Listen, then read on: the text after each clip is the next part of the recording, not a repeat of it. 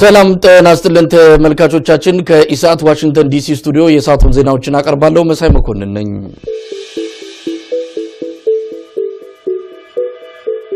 የግብጽ መንግስት ኢትዮጵያ ላቀረበችው የተቃዋሚ ኃይሎችን ተደግፋላችሁ ቅሬታ ይፋዊ ምላሽ ለመስጠት በመዘጋጀት ላይ መሆኑን ሰኞ ዕለት አስታወቀ።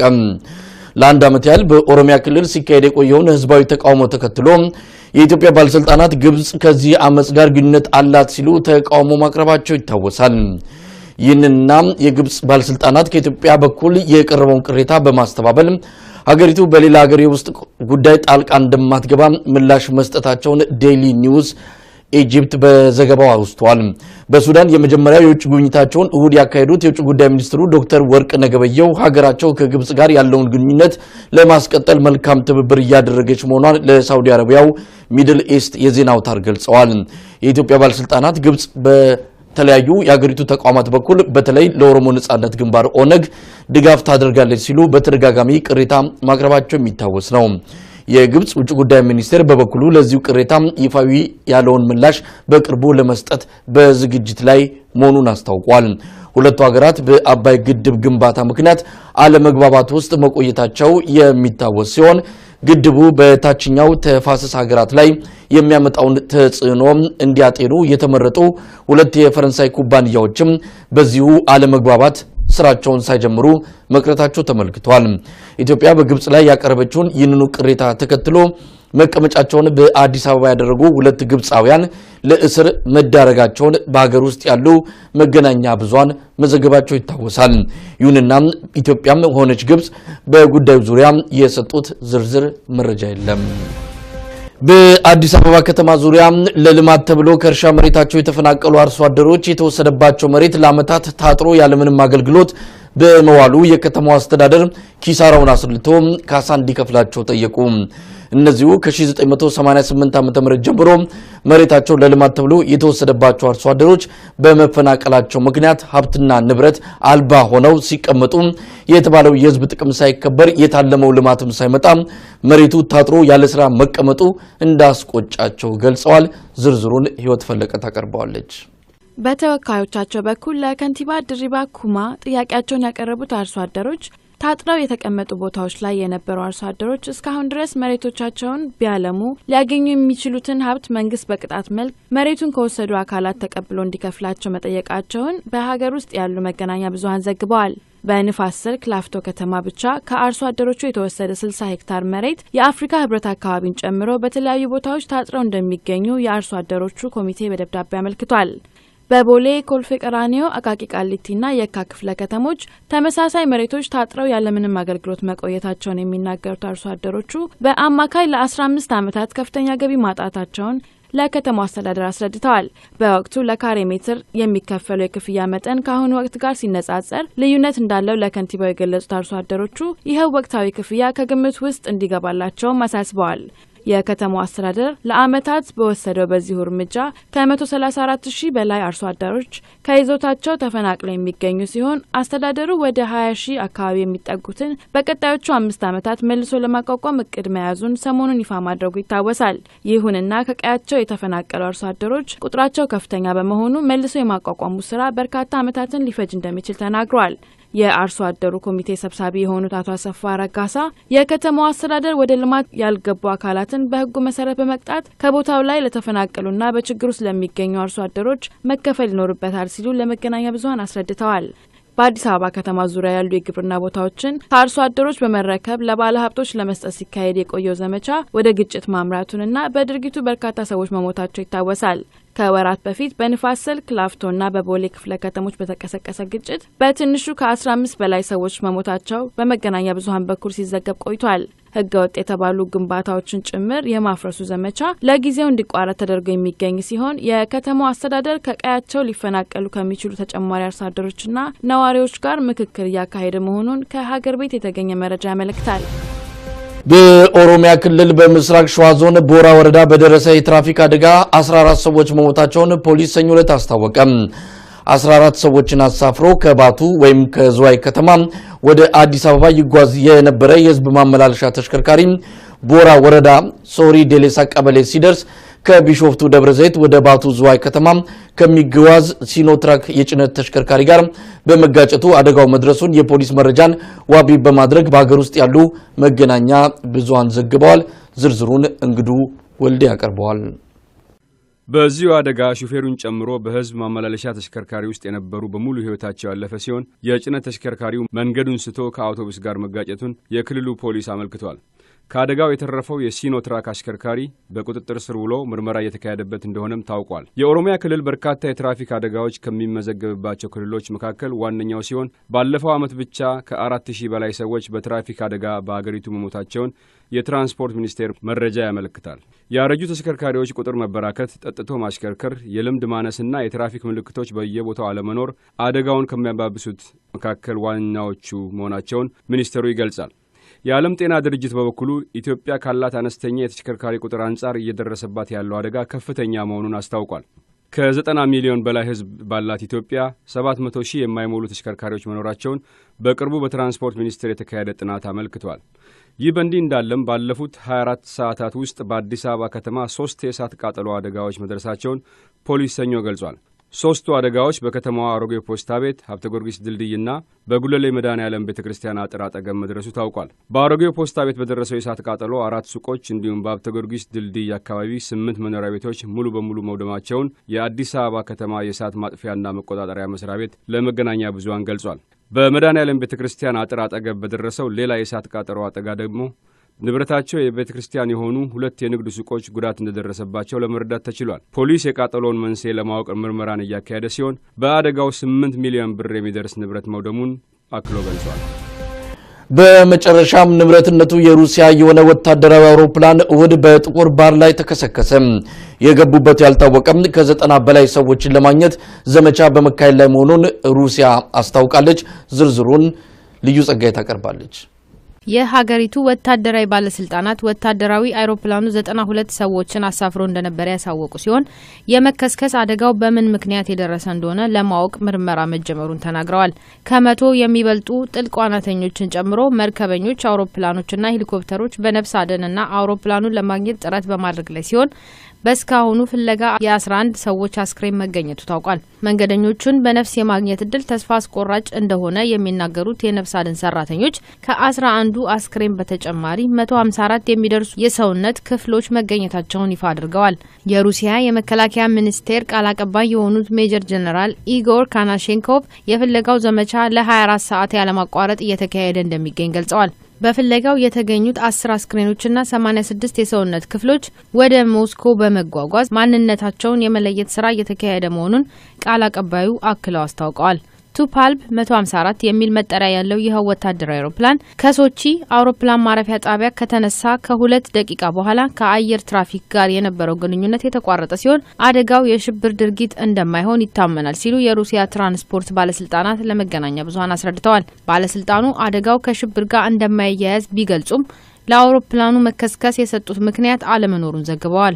መነሻውን ከሞስኮ አድርጎ የነበረ ወታደራዊ አውሮፕላኑ በሶቺ ከተማ ነዳጅ ለመሙላት አርፎ እንደነበር የሚናገሩት ባለስልጣናት መንገደኞቹ በሶሪያ ለሚገኙ የሩሲያ ወታደሮች የሙዚቃ ዝግጅት ለማቅረብ በማቅናት ላይ እንደነበሩ ገልጸዋል። የአደጋውን መድረስ ተከትሎ ሩሲያ ሰኞ የሀዘን ቀን እንዲሆን የደነገገች ሲሆን አደጋው የደረሰበት አውሮፕላን ላለፉት 33 ዓመታት ጥገናዎች እየተደረጉለት በአገልግሎት ላይ እንደነበር ታውቋል።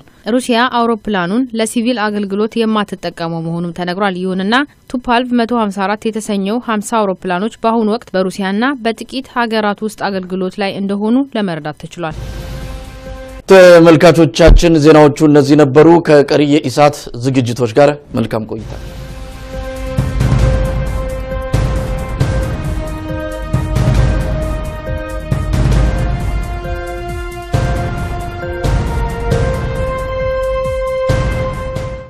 ሄክታር መሬት የአፍሪካ ህብረት አካባቢን ጨምሮ በተለያዩ ቦታዎች ታጥረው እንደሚገኙ የአርሶ አደሮቹ ኮሚቴ በደብዳቤ አመልክቷል። በቦሌ፣ ኮልፌ ቀራኒዮ፣ አቃቂ ቃሊቲና የካ ክፍለ ከተሞች ተመሳሳይ መሬቶች ታጥረው ያለምንም አገልግሎት መቆየታቸውን የሚናገሩት አርሶ አደሮቹ በአማካይ ለ15 ዓመታት ከፍተኛ ገቢ ማጣታቸውን ለከተማው አስተዳደር አስረድተዋል።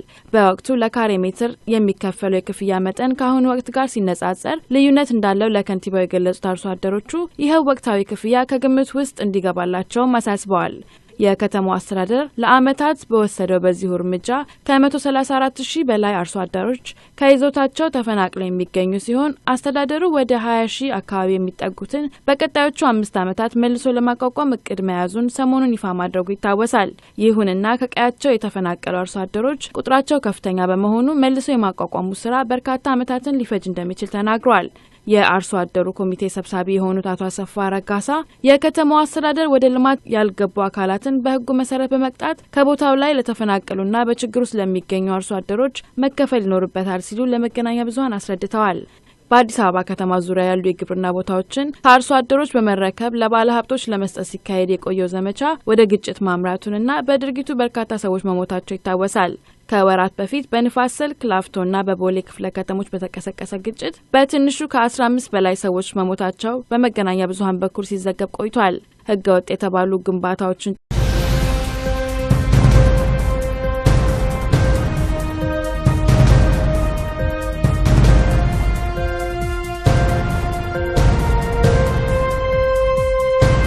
ሰላም ጤና ይስጥልን ተመልካቾቻችን፣ ከኢሳት ዋሽንግተን ዲሲ ስቱዲዮ የሰዓቱን ዜናዎችን አቀርባለሁ። መሳይ መኮንን ነኝ።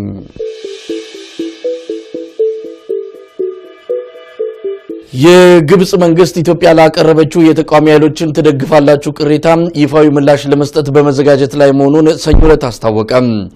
ለአንድ ዓመት ያህል በኦሮሚያ ክልል ሲካሄድ የቆየውን ህዝባዊ ተቃውሞ ተከትሎ የኢትዮጵያ ባለስልጣናት ግብጽ ከዚህ አመጽ ጋር ግንኙነት አላት ሲሉ ተቃውሞ ማቅረባቸው ይታወሳል። ይህንና የግብጽ ባለስልጣናት ከኢትዮጵያ በኩል የቀረበውን ቅሬታ በማስተባበል ሀገሪቱ በሌላ ሀገር ውስጥ ጉዳይ ጣልቃ እንደማትገባ ምላሽ መስጠታቸውን ዴይሊ ኒውስ ኢጂፕት በዘገባው አውስቷል። በሱዳን የመጀመሪያው የውጭ ጉብኝታቸውን እሁድ ያካሄዱት የውጭ ጉዳይ ሚኒስትሩ ዶክተር ወርቅነህ ገበየሁ ሀገራቸው ከግብጽ ጋር ያለውን ግንኙነት ለማስቀጠል መልካም ትብብር እያደረገች መሆኗን ለሳውዲ አረቢያው ሚድል ኢስት የዜና አውታር ገልጸዋል። የኢትዮጵያ ባለስልጣናት ግብጽ በተለያዩ የሀገሪቱ ተቋማት በኩል በተለይ ለኦሮሞ ነጻነት ግንባር ኦነግ ድጋፍ ታደርጋለች ሲሉ በተደጋጋሚ ቅሬታ ማቅረባቸው የሚታወስ ነው። የግብጽ ውጭ ጉዳይ ሚኒስቴር በበኩሉ ለዚሁ ቅሬታ ይፋዊ ያለውን ምላሽ በቅርቡ ለመስጠት በዝግጅት ላይ መሆኑን አስታውቋል።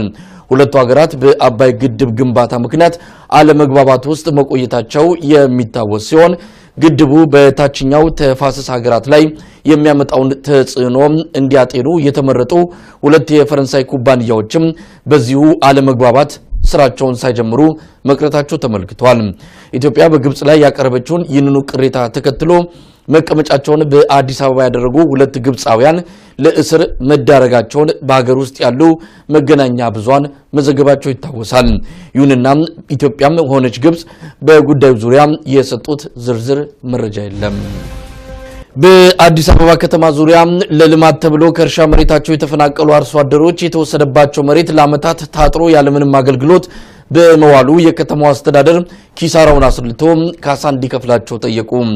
እነዚሁ ከ1988 ዓ.ም ጀምሮ መሬታቸው ለልማት ተብሎ የተወሰደባቸው አርሶ አደሮች በመፈናቀላቸው ምክንያት ሀብትና ንብረት አልባ ሆነው ሲቀመጡ የተባለው የህዝብ ጥቅም ሳይከበር የታለመው ልማትም ሳይመጣ መሬቱ ታጥሮ ያለ ስራ መቀመጡ እንዳስቆጫቸው ገልጸዋል።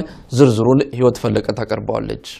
በተወካዮቻቸው በኩል ለከንቲባ ድሪባ ኩማ ጥያቄያቸውን ያቀረቡት አርሶ አደሮች ታጥረው የተቀመጡ ቦታዎች ላይ የነበሩ አርሶ አደሮች እስካሁን ድረስ መሬቶቻቸውን ቢያለሙ ሊያገኙ የሚችሉትን ሀብት መንግስት በቅጣት መልክ መሬቱን ከወሰዱ አካላት ተቀብሎ እንዲከፍላቸው መጠየቃቸውን በሀገር ውስጥ ያሉ መገናኛ ብዙሃን ዘግበዋል። በንፋስ ስልክ ላፍቶ ከተማ ብቻ ከአርሶ አደሮቹ የተወሰደ አደጋ ከፍተኛ መሆኑን አስታውቋል።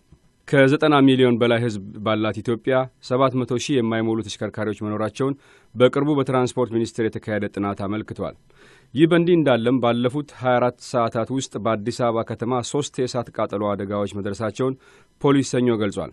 ሶስቱ አደጋዎች በከተማዋ አሮጌ ፖስታ ቤት፣ ሀብተ ጊዮርጊስ ድልድይና በጉለሌ መድኃኔዓለም ቤተክርስቲያን አጥር አጠገብ መድረሱ ታውቋል። በአሮጌው ፖስታ ቤት በደረሰው የእሳት ቃጠሎ 4 ሱቆች እንዲሁም በሀብተ ጊዮርጊስ ድልድይ አካባቢ 8 መኖሪያ ቤቶች ሙሉ በሙሉ መውደማቸውን የአዲስ አበባ ከተማ የእሳት ማጥፊያና መቆጣጠሪያ መስሪያ ቤት ለመገናኛ ብዙሃን ገልጿል።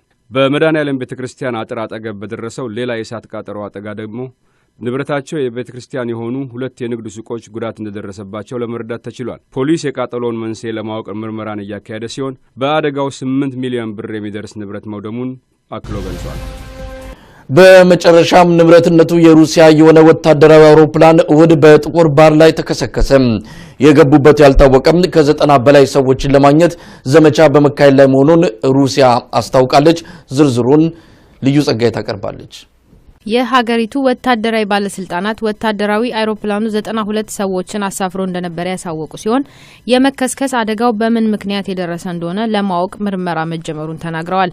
ከመቶ የሚበልጡ ጥልቅ ዋናተኞችን ጨምሮ መርከበኞች፣ አውሮፕላኖችና ሄሊኮፕተሮች በነፍስ አደንና አውሮፕላኑን ለማግኘት ጥረት በማድረግ ላይ ሲሆን በስካሁኑ ፍለጋ የ11 ሰዎች ጭምር የማፍረሱ ዘመቻ ለጊዜው እንዲቋረጥ ተደርጎ የሚገኝ ሲሆን የከተማው አስተዳደር ከቀያቸው ሊፈናቀሉ ከሚችሉ ተጨማሪ አርሶ አደሮችና ነዋሪዎች ጋር ምክክር እያካሄደ መሆኑን ከሀገር ቤት የተገኘ መረጃ ያመለክታል።